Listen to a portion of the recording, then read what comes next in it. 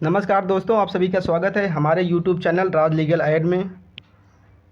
आज हम बात करेंगे इलाहाबाद हाई कोर्ट का एक आर्डर के बारे में, जिस पर इलाहाबाद हाई कोर्ट ने जौनपुर की एक याचिका के ऊपर यह अपना आदेश पारित किया है।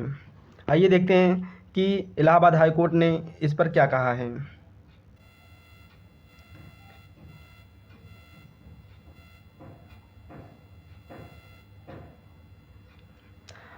अभिव्यक्ति की आज़ादी को संभल कर प्रयोग करें। Allahabad high court.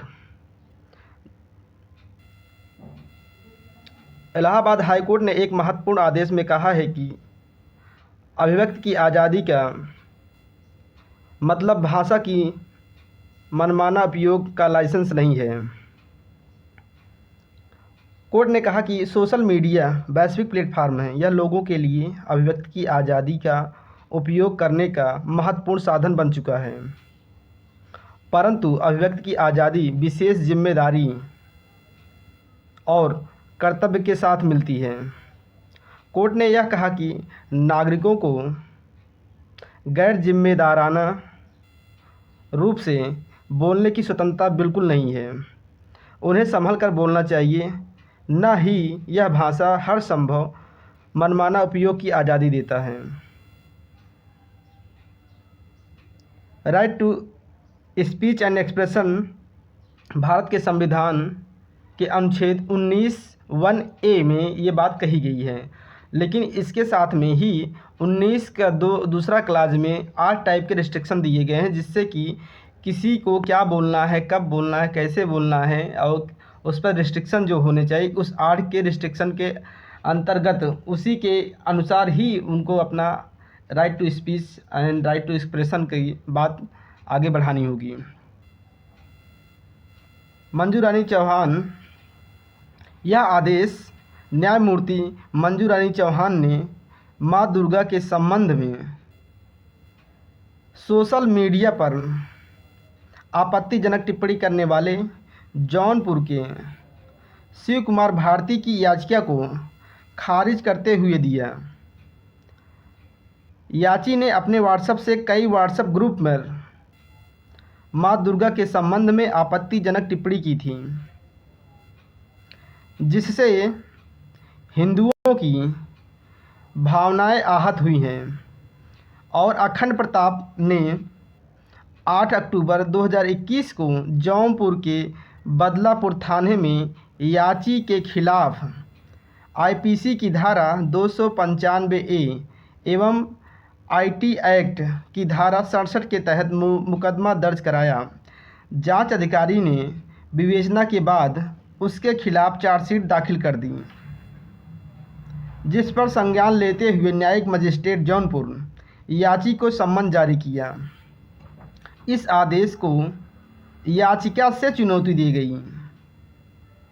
याची का कहना था कि वह निर्दोष है। उसके व्हाट्सएप पर मैसेज आया था, लेकिन उसने किसी को वह मैसेज फॉरवर्ड नहीं किया। उसे झूठा फंसाया जा रहा है।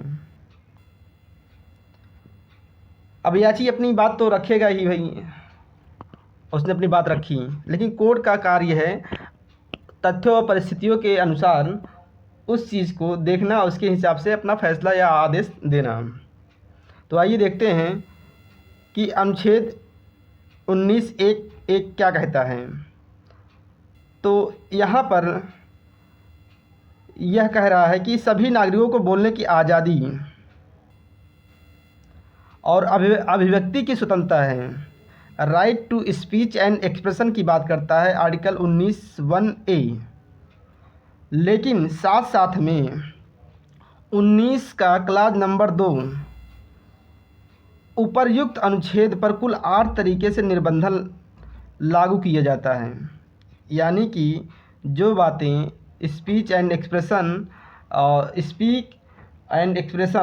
का जो राइट मिला हुआ है, उसको हम आर्टिकल 19(2) के तहत ही अपने बोलने की आज़ादी को एक्सरसाइज कर सकते हैं, कंडक्ट में ला सकते हैं। तो यहाँ पर कोई भी व्यक्ति बोलने की आज़ादी एवं अभिव्यक्ति की स्वतंत्रता को व्यक्त कर सकता है। बशर्ते 19(2) का पालन करना होगा। तो क्या क्या शर्तें हैं, आइए देखते हैं। भारत की प्रभुता और अखंडता, शर्त नंबर 1। दूसरा है राज्य की सुरक्षा। तीसरा, विदेशी राज्यों के साथ मैत्रीपूर्ण संबंध। लोक व्यवस्था, शिष्टाचार, सदाचार के हित में, न्यायालय अवमान यानी कि मानहानि,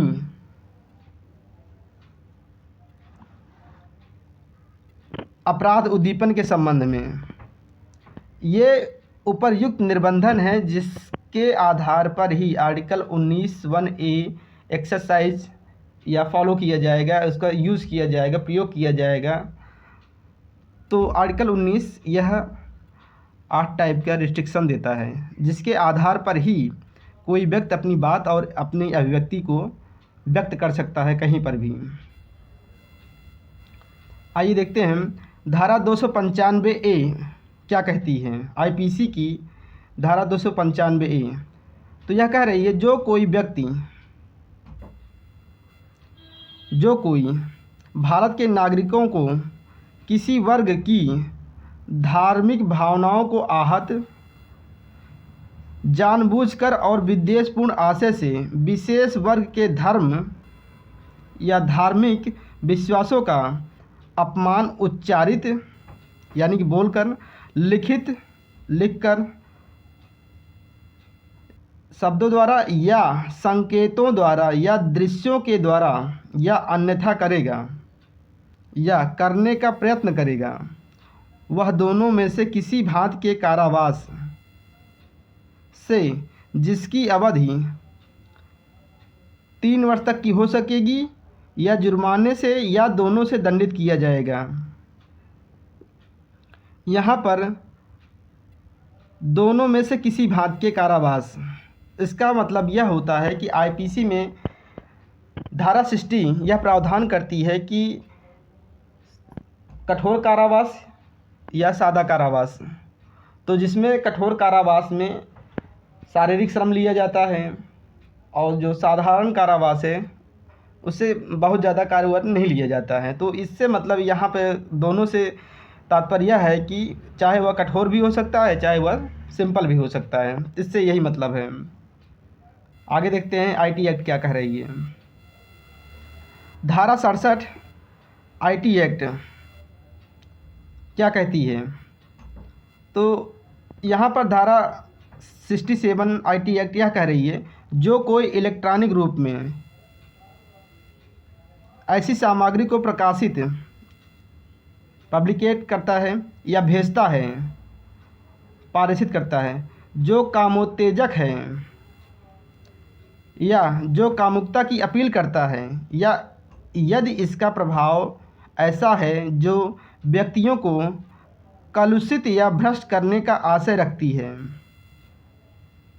जो भी सुसंगत परिस्थितियों को ध्यान में रखते हुए उसमें सम्मिलित या उसमें आरूढ़ है, सामग्री को पढ़ने, देखने, सुनने की संभावना है, तो पहली 2 सिद्धि पर किसी भांति के कारावास से जिसकी अवधि 3 वर्ष तक हो सकेगी, जुर्माना जो है 5 लाख रुपए तक हो सकेगा, और दूसरी बार या अगली 2 सिद्धि पर, यहाँ 2 सिद्धि होना चाहिए, 2 सिद्धि की दशा में दोनों में से किसी भांति के कारावास से जिसकी अवधि 5 वर्ष तक की हो सकेगी और जुर्माने से जो लगभग 10 लाख रुपए तक का हो सके दंडित किया जाएगा।